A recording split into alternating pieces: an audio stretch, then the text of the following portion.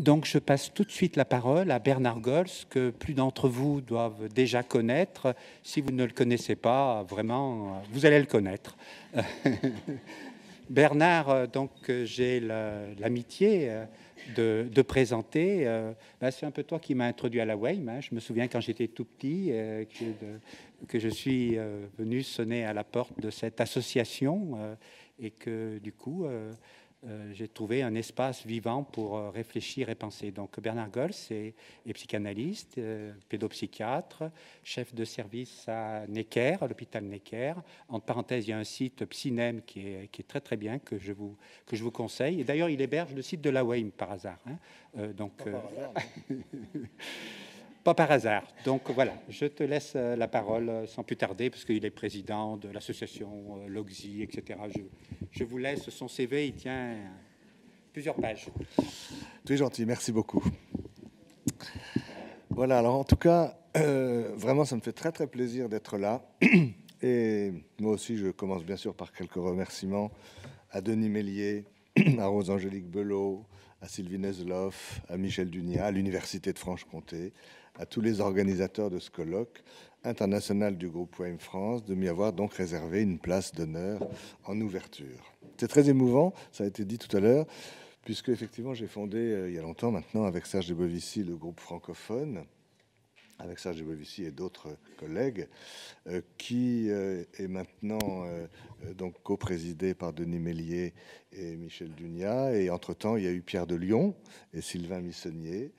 Et vraiment, je suis très heureux de voir la vitalité et la créativité de ce groupe qui en font un espace très important dans le champ de la périnatalité. Alors, j'ai un seul regret, je pense qu'on est sur le même truc, c'est l'absence de Michel Cornillot, avec qui je me réjouissais de dialoguer et qui malheureusement est retenu à Paris par quelques soucis de santé. Nous lui souhaitons tous un prompt rétablissement, et c'est Sarah Bidlowski qui se fera, je crois, après moi, l'écho de son message, du message qu'elle voulait nous transmettre. Hein. Tu veux dire un mot? Oui, c'était pour l'excuser d'avoir pas pu venir aujourd'hui. Elle pensait pouvoir venir, et puis voilà, il y a une semaine à peu près, elle nous a appelé en disant qu'elle pouvait pas. Et elle en est vraiment très, très triste. Voilà. Alors à Necker, effectivement, le département de périnatalité du service dont j'ai la responsabilité est animé par Bérangère Bocquier-Makota, qui vient d'arriver, dont je salue publiquement la compétence. Et nous travaillons en étroite collaboration avec Sylvain Missonnier, qui arrivera demain matin, je crois, ou samedi, qui est mon ami et complice de longue date. Et le thème qui a été choisi, qui m'a été proposé par les organisateurs, c'est donc les enjeux de la pratique psychothérapeutique avec les bébés. Je rappellerai peut-être quelques éléments fondamentaux, d'abord en matière de psychothérapie conjointe parent-bébé. Après quoi, en tant qu'enjeu, je voudrais m'attarder sur l'hypothèse d'une troisième topique, soit une topique du lien dont nous avons besoin avec les bébés et que nous tentons de préciser désormais avec Sylvain Missonnier et René Roussillon. Alors, d'abord, je crois que c'est très important de considérer la triade père, mère, bébé comme un système. Et comme dans tout système, chaque fois qu'on touche un élément du système, on touche l'ensemble du système. Et Daniel Stern, qui nous manque beaucoup, insistait très souvent pour dire que finalement, dans ce système triadique, peu importe en quelque sorte la porte d'entrée. On peut y entrer par les parents, on peut y entrer par le bébé, on peut y entrer par les interactions. Dès qu'on entre dans ce système, c'est l'ensemble du système qui va être modifié, transformé. Et je rappellerai d'emblée que en psychiatrie périnatale, je crois que c'est vrai aussi d'ailleurs pour l'adolescent. Et à l'époque où le PMSI avait été proposé, tous ceux qui s'occupent de bébés et d'adolescents s'étaient rendus compte à quel point cet outil, programme de médicalisation des systèmes d'information, était vraiment très inadapté pour ces deux tranches d'âge. Parce que avec les bébés et les adolescents, qui est vraiment le patient? Est-ce que c'est le bébé? Est-ce que c'est les adultes qui s'en occupent, les caregivers? Est-ce que c'est le lien? C'est très probablement le lien. Et nous n'avons peut-être pas encore tout à fait les outils conceptuels et épistémologiques, et épidémiologiques d'ailleurs, pour aborder directement cette question, mais j'essaierai à la fin de mon exposé donc, de parler de cette troisième topique. Voilà, donc le lien est quelque chose d'extrêmement important pour nous tous. En ce qui me concerne, j'ai été formé en grande partie par Michel Soulet, ensuite par Serge Lebovici, plus tardivement, et donc à Saint-Vincent-de-Paul, d'abord où je travaillais. À Saint-Vincent-de-Paul, c'était une consultation de pédopsychiatrie qui avait, une des premières, qui avait été fondée en France par Michel Soulet. À Necker, ensuite, ces deux services étaient ou sont des services de pédopsychiatrie générale, mais à titre plus personnel, il y a trois problématiques qui me mobilisent beaucoup depuis un certain temps.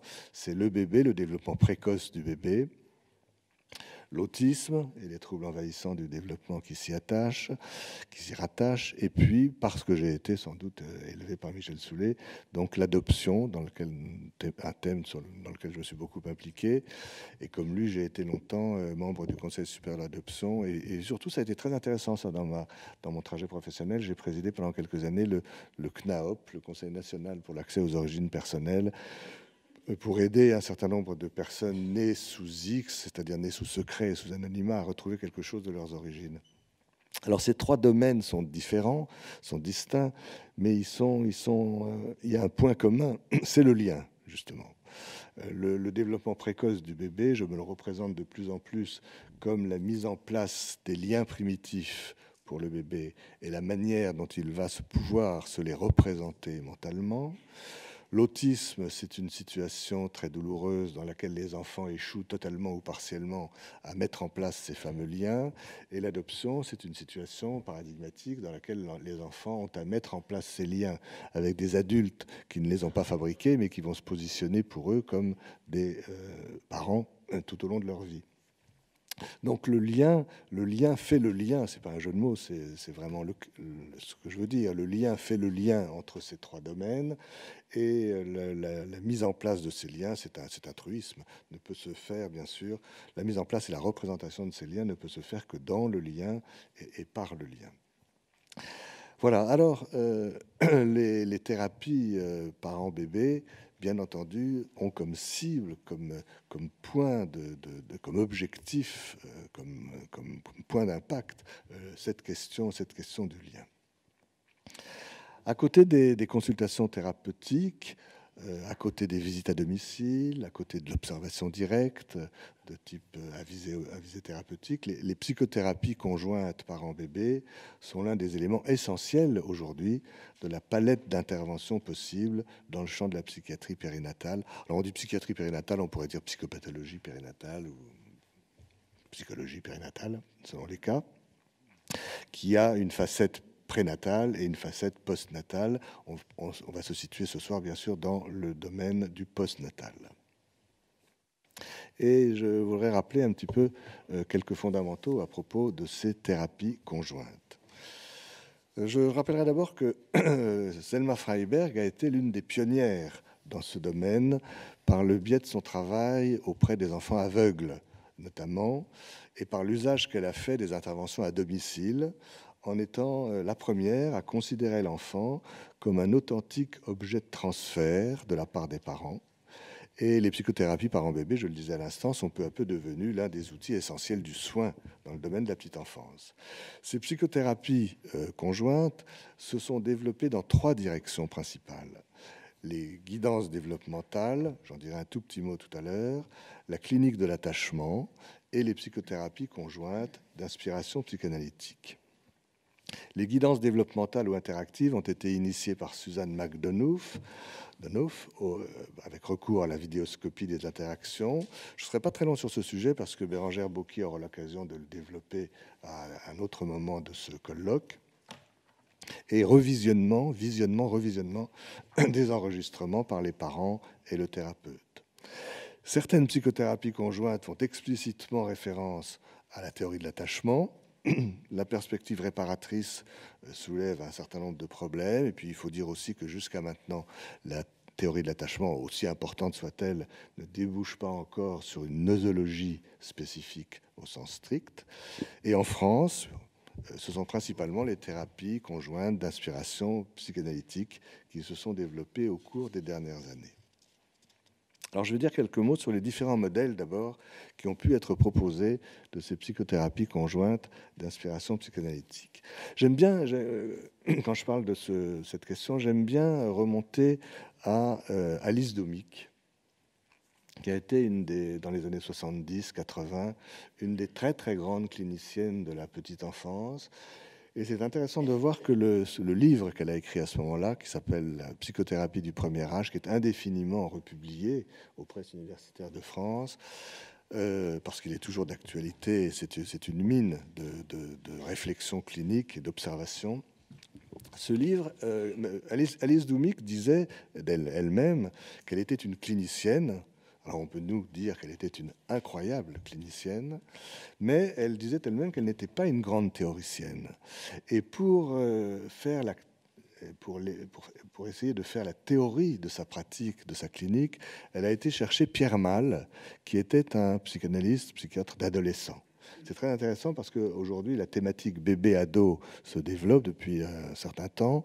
J'essaye d'y contribuer avec Alain Braconnier. Il y a les colloques bébé-ado qui se tiennent tous les 2 ans depuis un certain temps. J'en profite d'ailleurs pour faire un peu de pub pour le prochain. En octobre 2018, il y aura un prochain colloque bébé-ado dont le thème sera l'amour fou. Je vous laisse un tout petit peu rêver. Voilà, donc Alice Doumic a été chercher un spécialiste de l'adolescence pour mettre en forme, pour théoriser, pour modéliser sa pratique auprès des bébés.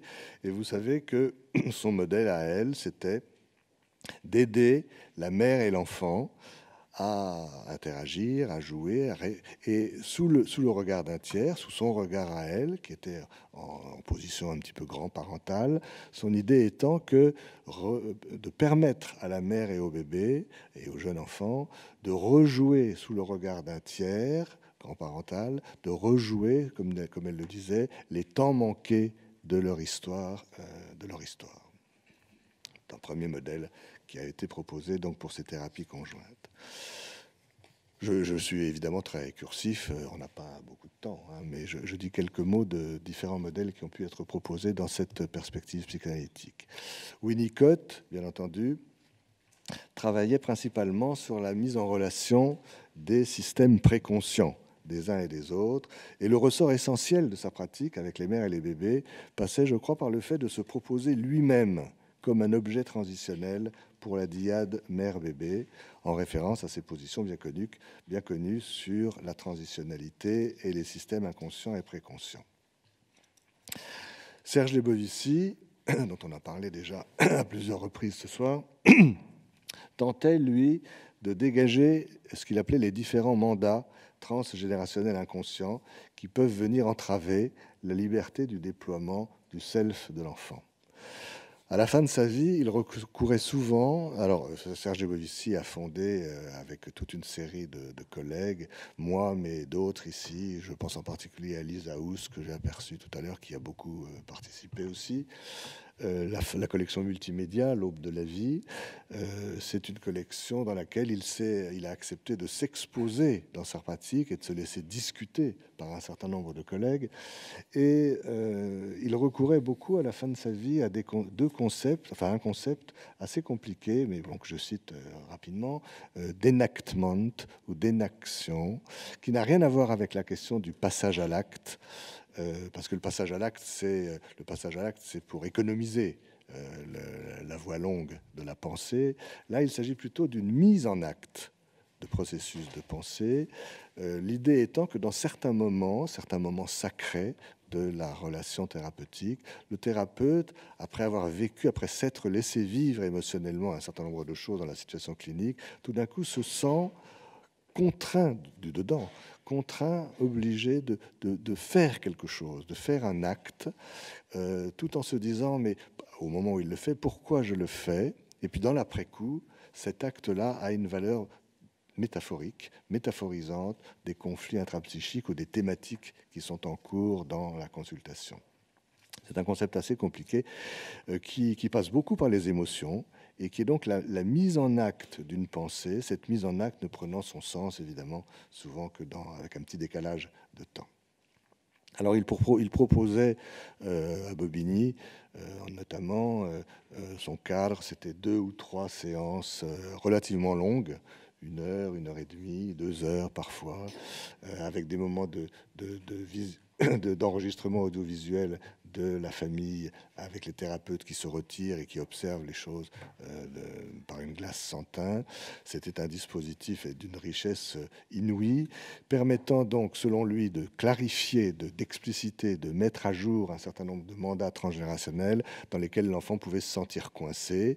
Et l'idée étant que si ces mandats transgénérationnels étaient un petit peu explicités, bien, une certaine liberté développementale, un certain degré de liberté allait se réouvrir pour l'enfant et la famille et ses parents dans la suite des choses. À la Tavistock Clinic, à Londres, quelqu'un comme Dailis Dawes et toute l'école post-clénienne utilisent le groupe parents-thérapeutes-enfants, comme une sorte d'appareil psychique collectif susceptible de faire fonctionner une capacité de rêverie collective, en référence bien sûr aux travaux de Bion. Contenance, transformation des productions psychiques de l'enfant. Et l'objet groupal est constitué par l'ensemble des participants, le bébé, les parents, l'écothérapeute, qui laisse se dérouler une conversation non directive au cours de laquelle émergent progressivement des fantasmes et les fantasmes. Et les reconstructions peuvent alors s'organiser autour des symptômes de l'enfant. À Genève, l'école genevoise, comme on dit, Bertrand Kramer, Francisco Palacio Espaza, qui ont écrit un livre culte, La pratique des psychothérapies mère-bébé, également aux presses universitaires de France, ont proposé un modèle détaillé et approfondi des thérapies mère-enfant dans le cadre d'interventions dites brèves. Et il me semble que 2 points sont essentiels pour eux. D'une part, la nature des projections parentales sur l'enfant, et d'autre part, le concept de séquence interactive symptomatique. L'idée étant que, dans le cours de la consultation, l'enfant, dans son comportement, va mettre en scène, va psychodramatiser, en quelque sorte, les conflits intrapsychiques qui sont évoqués dans le discours verbal entre les thérapeutes et les parents. Et c'était très important pour eux de repérer ces séquences interactives symptomatiques.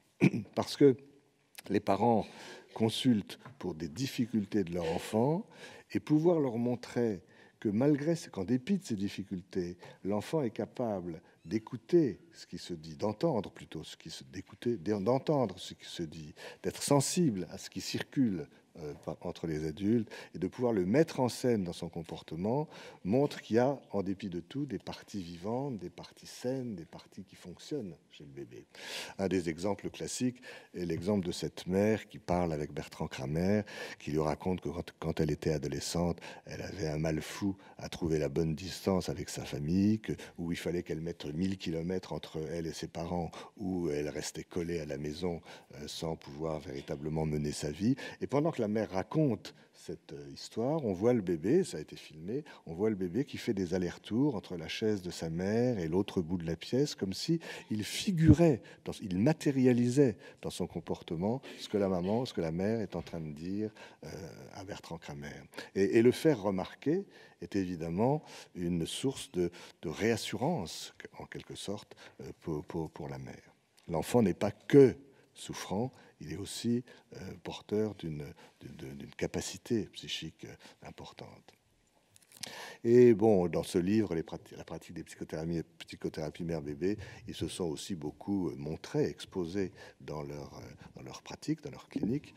Et ils nous ont aussi appris que dans les thérapies dites brèves, quand la mère prend conscience des projections qui sont à l'œuvre entre elle et son bébé, elle peut vivre un certain mouvement dépressif.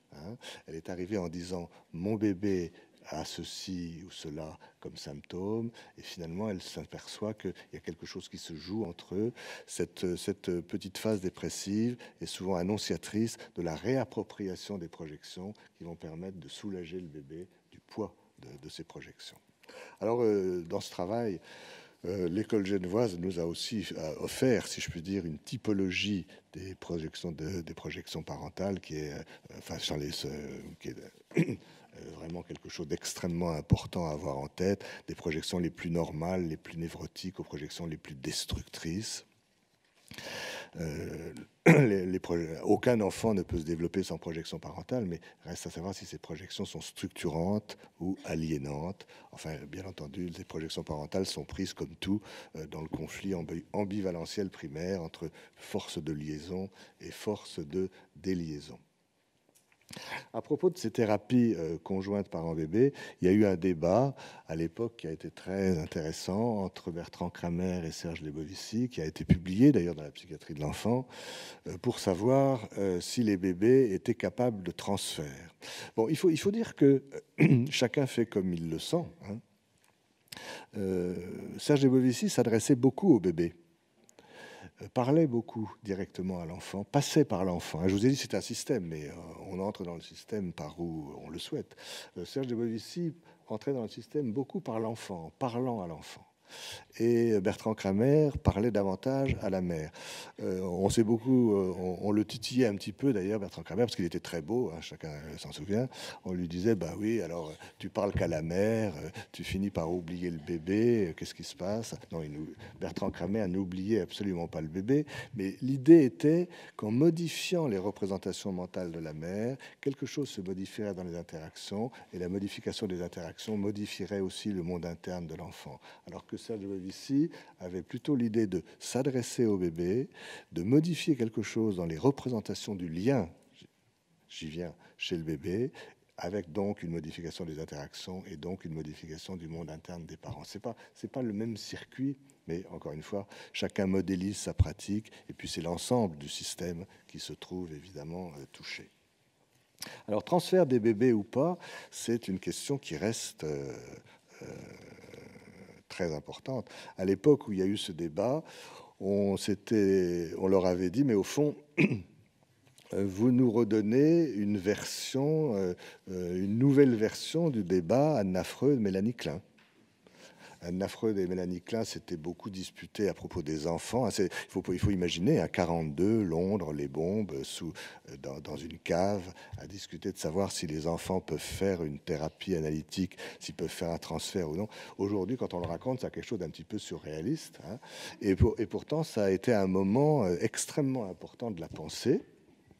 Bon, Mélanie Klein a fini par prévaloir un petit peu, mais le débat revenait. Est-ce que les bébés sont capables de transfert ou non? Et dans la collection multimédia dont je parlais tout à l'heure, L'Aube de la vie, pour ceux qui peut-être l'ont vu, il y a une scène dans un cas clinique absolument merveilleux, où on voit Serge Lebovici avec une mère africaine, vous allez voir pourquoi je dis africaine, et puis un bébé qui est là, ils sont assis dans une sorte de canapé, la mère, Serge Lebovici, et le jeune enfant qui, à quatre pattes, circule sur ce canapé entre les deux. Et la mère africaine est habillée avec une robe africaine. Et il y a un paquet de Kleenex qui est là, et la petite fille joue avec ce paquet de Kleenex. Et la conversation se déroule. Et à un certain moment, je ne sais pas exactement vous dire pourquoi, on voit que la maman se sent un peu gênée par ce paquet de Kleenex et elle le met dans sa robe africaine, entre sa poitrine et le tissu de la robe. La conversation se poursuit. Le paquet de Kleenex réapparaît. Je ne sais plus très bien comment ni pourquoi. Voilà. Et puis, quelques instants après, c'est Serge Lebovici qui, lui, en a ras-le-bol de ce petit paquet de Kleenex. Et il prend le paquet de Kleenex, mais il n'a pas de robe africaine. Voilà. Donc, il ouvre sa veste et il la met dans la poche. Il met le paquet de Kleenex dans la poche intérieure de sa veste. Et alors, c'est incroyable. On voit la petite fille qui, juste après, qui veut toujours son paquet de Kleenex, se dirige vers Serge de Bovici et qui va le chercher. Elle l'a vu le mettre dans la poche intérieure, mais elle le cherche exactement comme si Serge de Bovici avait une robe africaine. Voilà. Comme chez sa mère. Et là, ça a été un objet de discussion. Est-ce que c'est une erreur cognitive? Ça, c'est les mauvaises langues. Hein. Est-ce que c'est une erreur cognitive ou est-ce que la petite fille est capable de déplacer quelque chose qui s'est passé avec la mère sur le thérapeute, qui est tout sauf une jeune femme africaine? Hein, c'est pas insultant que de dire ça. Ça n'est qu'un fait brut. Voilà. Et j'ai envie de citer aussi Rosine Debray. Rose-Angélique Belot a beaucoup travaillé avec elle. Rosine Debray avait une autre idée de thérapie conjointe. En fait, elle y voyait surtout l'occasion, parce que la période périnatale est une période très particulière où on peut faire beaucoup en peu de temps, parce qu'il y a une transparence, il y a des projections, enfin, il y a un système de fonctionnement dyadique et triadique psychique très particulier. Elle y voyait surtout l'occasion d'essayer d'amener la mère à un traitement psychanalytique pour elle-même. C'était un peu radical déjà à l'époque. Aujourd'hui, dit comme ça a beaucoup de mal à passer. Ça aurait beaucoup de mal à passer, mais c'était quand même une observatrice extrêmement attentive, bien sûr, des mouvements psychiques et de l'économie psychique, de l'économie psychosomatique de la dyade et de la triade. Voilà, je vais m'arrêter là sur ces rappels fondamentaux. Finalement, en fait, quel que soit le modèle que les thérapeutes se donnent de leur pratique, de toute façon, on fait toujours plus que ce qu'on dit, parce que on agit dans le système par sa personne, par son entrée dans le système, et ce sont simplement des formulations et des angles d'approche de la modélisation.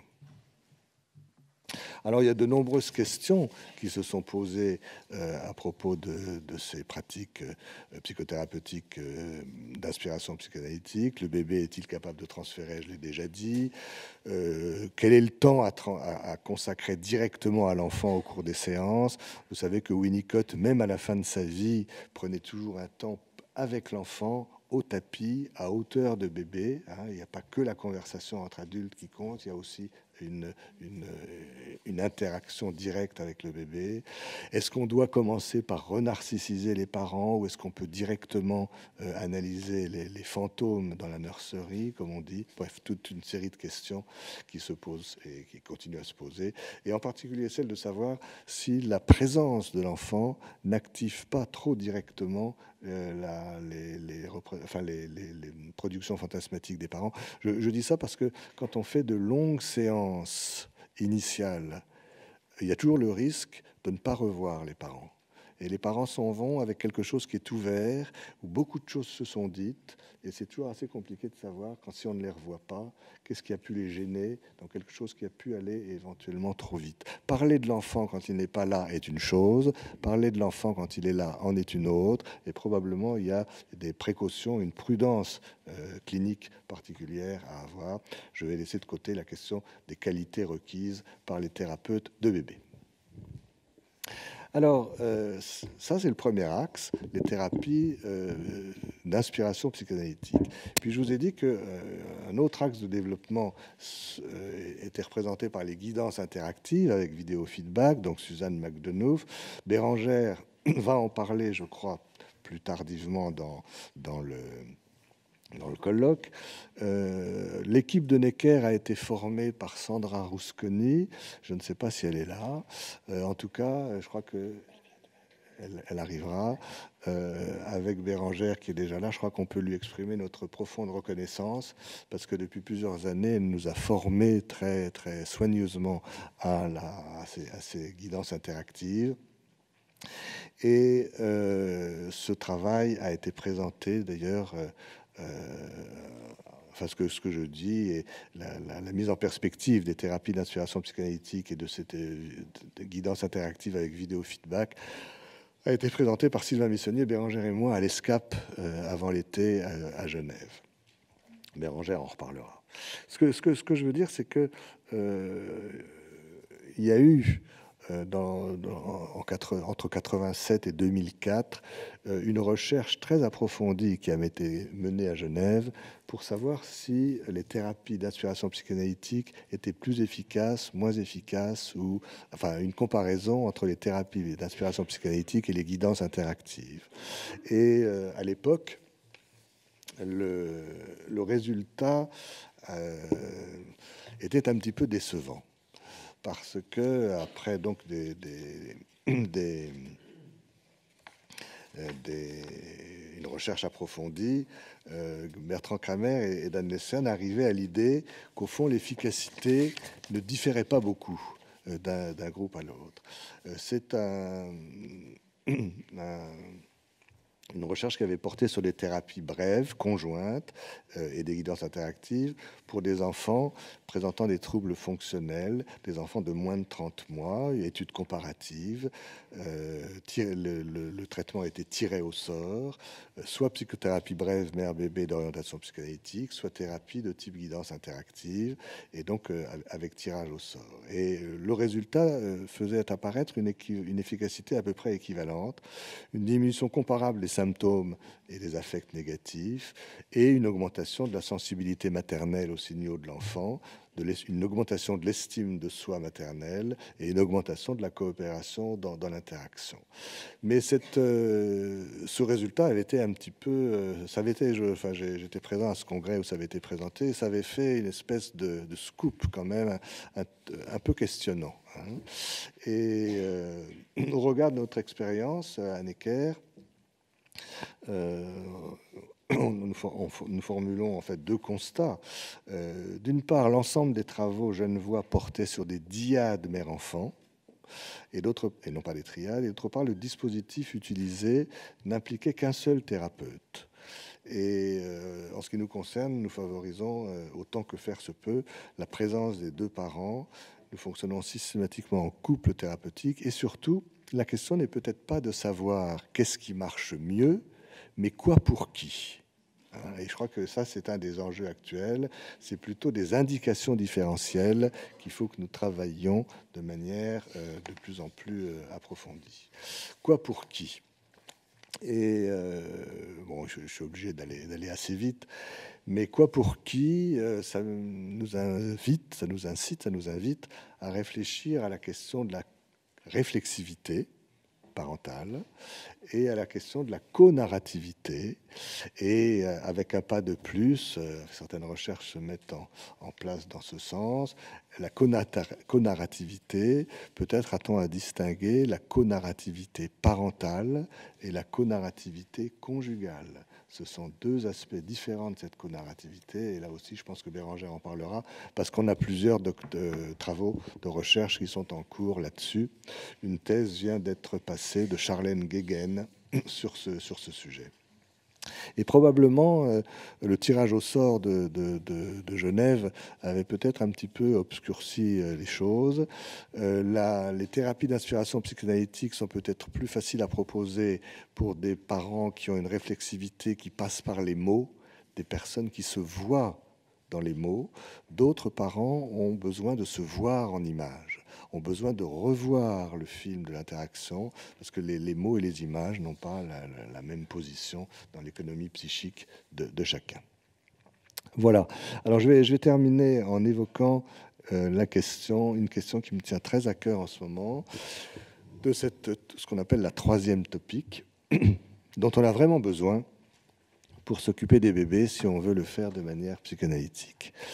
Et c'est une réflexion en cours, bien entendu. Le bébé ne nous impose aucun renoncement particulier à nos repères psychanalytiques.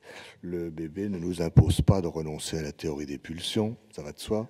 Le bébé ne nous impose pas de renoncer à la théorie de l'après-coup. Au contraire, il faut peut-être la modifier, mais enfin, on a absolument besoin de la théorie de l'après-coup pour penser les bébés. Le bébé ne nous impose aucun renoncement à la théorie de l'étayage. Le bébé nous impose en revanche de revisiter le point de vue topique. Parce que la métapsychologie freudienne a été conceptualisée pour des adultes différenciés. Et la métapsychologie est par essence intrapsychique. La théorie de l'attachement est centrée sur le registre interpersonnel. La théorie psychanalytique est centrée sur l'intrapsychique. Je prends 2 minutes de plus quand même, enfin je n'ai pas encore tout à fait fini mon temps, mais 2 minutes pour dire que ce n'est pas un hasard. Parce que chaque théorie est marquée par les conditions historiques de sa naissance. La théorie psychanalytique est née à la fin du XIXe siècle, qui était quasiment obsédée par l'énigme du dedans de l'objet. Avec une date quand même très illustrative, 1895, c'est la même année que Röntgen découvre les rayons X, curiosité pour le dedans des corps, et que Freud et Breuer écrivent les études sur l'hystérie, démarrage de la métapsychologie, curiosité pour le dedans du psychisme. Chaque fin de siècle a ses hobbies conceptuels. La fin du XIXe siècle a été hantée par la question de l'énigme du dedans de l'objet. Dedans des corps, rayons X, dedans du psychisme, psychanalyse. La psychanalyse ne s'occupe que de l'intrapsychique. J'exagère un peu, mais c'est pour aller vite. La théorie de l'attachement est née après la Deuxième Guerre mondiale, qui a, c'est le moins qu'on puisse dire, bouleversé un certain nombre de rapports sociaux, qui a créé un climat de souffrance et d'insécurité incroyable. La théorie de l'attachement est habitée entièrement par les concepts de sécurité, d'insécurité, de distance, ni trop près, ni trop loin, accessibilité, etc. La théorie de l'attachement est centrée sur l'interpersonnel. Donc on a absolument besoin des deux théories. En France, on est spécialiste du conflit entre ces deux corpus théoriques, mais ces deux corpus théoriques n'ont pas à s'affronter. Ils sont nécessaires tous les deux. Si on veut parler du monde interne des enfants, on doit prendre en compte leur réalité externe, l'interpersonnel et la théorie de l'attachement, et on doit prendre en compte leur réalité interne, l'intrapsychique et l'aspect psychanalytique. Ce sont deux théories qui se complémentent. Et ce n'est pas moi qui l'invente. L'un des premiers qui a vraiment travaillé dans cette direction, c'est Peter Fonagy, dans son livre « Attachement et psychanalyse », est évidemment une réflexion extrêmement importante. Voilà, donc si on veut travailler de manière psychanalytique avec les bébés, la topique intrapsychique d'un bébé de quelques semaines ou de quelques jours pose problème. Winnicott, tout le monde le redit inlassablement, un bébé tout seul, ça n'existe pas. Donc un bébé tout seul n'est pas différencié, il n'a pas forcément encore bien repéré ses objets externes, il n'a pas forcément encore bien différencié ses objets internes. On ne peut pas parler de la métapsychologie d'un bébé de 3 semaines. Alors est-ce qu'on peut parler d'une métapsychologie dyadique, triadique ou intersubjective? C'est parfaitement hérétique, puisque la métapsychologie n'est pas faite pour parler de l'interpersonnel. Donc on a besoin d'une troisième topique. Les deux premières, je vous les passe. Ça, moi sur moi et inconscient, préconscient, conscient. On a besoin aujourd'hui, si on veut continuer à travailler de manière psychanalytique avec les bébés, je crois que c'est un enjeu, ça, et les thérapies conjointes sont un outil qui nous permet d'avancer vers ça. On a besoin d'une topique du lien. D'une topique du lien, ou même plus exactement d'une topique de la représentation du lien. Cette idée d'une troisième topique a déjà été développée il y a quelques années par Christophe Dejour et Bernard Brusset, mais pas spécifiquement à propos des bébés. Mais aujourd'hui, on a, je crois, un certain nombre d'outils, de concepts qui nous permettent d'avancer. Parce que le lien peut être représenté avant même, mentalement, intrapsychiquement chez le bébé, avant même que l'objet soit véritablement différencié. Je reprends là une idée de Serge Debovici qui disait il y a longtemps, en 1960, l'objet peut être investi avant d'être perçu. Ça a fait couler beaucoup d'encre. On peut interpréter cette phrase-là de manière dans différentes perspectives. Mais je crois qu'aujourd'hui, ce qu'on peut dire à propos de cette phrase-là, c'est que le lien peut-être chez le bébé, même très jeune, être déjà représenté, alors même que l'objet vers lequel il s'adresse n'est pas encore véritablement délimité. Je vais vite et j'espère que quand même on me suit dans mes élucubrations.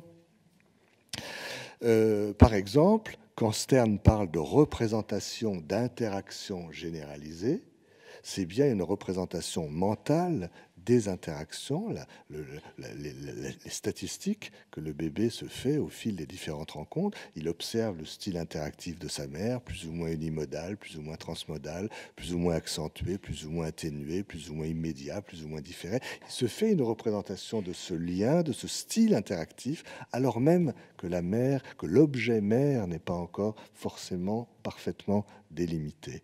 Quand dans la théorie de l'attachement, on parle de working internal models, de modèles internes opérants, le bébé observe les réponses de l'adulte à ces signaux d'attachement. Est-ce que la mère répond? Est-ce que le père répond? Est-ce qu'il répond vite? Est-ce qu'il répond lentement? Est-ce qu'il répond comme d'habitude ou pas comme d'habitude? Il se fait une représentation de la réponse de l'autre en termes d'attachement, alors même que l'autre n'est pas encore forcément tout à fait bien différencié, repéré, délimité.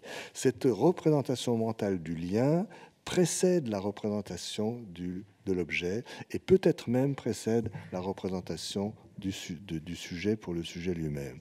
Je terminerai là-dessus parce qu'il me semble qu'il y a quelque chose comme ça dans ce que Winnicott voulait dire à propos du sense of being. Se sentir exister, se sentir être, c'est pouvoir déjà se représenter un mouvement vers le dehors, alors même qu'on ne se sent pas encore tout à fait un sujet et que l'objet n'est pas encore tout à fait perçu. Je ressens très profondément que les thérapies conjointes sont un moyen d'explorer et d'approfondir cette voie. C'est ce qu'on essaie de faire avec Sylvain Bissonnier. Il en reparlera peut-être au cours des 3 jours.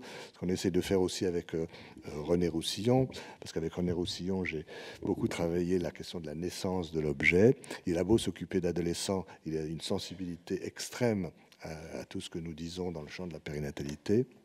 Et cette représentation du lien, c'est intrapsychique pour le coup, cette représentation du lien ouvre peut-être sur une 3e topique. Finalement, et ce sera vraiment mon mot de conclusion, pour laisser la parole à Sarah, à travers la question des thérapies mères conjointes, je crois qu'on voit à quel point l'apport du bébé est immense à la psychopathologie et à la psychanalyse en général, à quel point l'apport du bébé pourra beaucoup aussi apporter à la théorie de l'interprétation, parce que dans les thérapies conjointes, c'est beaucoup plus facile à dire qu'à faire, mais ce qu'on doit dire quand on dit quelque chose, c'est dire quelque chose qui puisse toucher l'adulte qui est là, mais qui lui est déjà différencié, qui puisse toucher le bébé qui lui n'est pas encore différencié et qui parle du lien. À chaque fois qu'on intervient, je ne sais pas si on arrive à faire ça aussi finement, être compris par l'adulte, être éprouvé par le bébé sur quelque chose qui parle du lien, qui les unit, qui les réunit ou qui les désunit. Et cet apport du bébé à la problématique, à la question de la représentation intrapsychique du lien, me fait penser finalement que on est un petit peu tiraillé entre 2 pôles. Il y a le pôle du bébé qui va bien, qui se représente déjà le lien alors qu'il ne s'est pas encore représenté l'objet, mais il y a déjà un mouvement vers le dehors. Et ça, c'est d'ailleurs quelque chose qui nous est nécessaire quand on s'occupe d'enfants autistes. On est obligé de tabler sur le fait qu'un enfant autiste, même s'il ne se ressent pas encore comme un sujet, même si l'objet n'est pas représentable, il a déjà quand même un mouvement vers le dehors, un dehors indifférencié, mais un mouvement vers le dehors, une demande intransitive qui n'est pas encore adressée à un objet particulier. Et puis à l'autre pôle, c'est l'autisme ou d'autres circonstances pathologiques graves qui défont l'objet en permanence et il ne reste que le lien qui ne sait plus où se poser. Voilà, je vous remercie beaucoup de votre attention.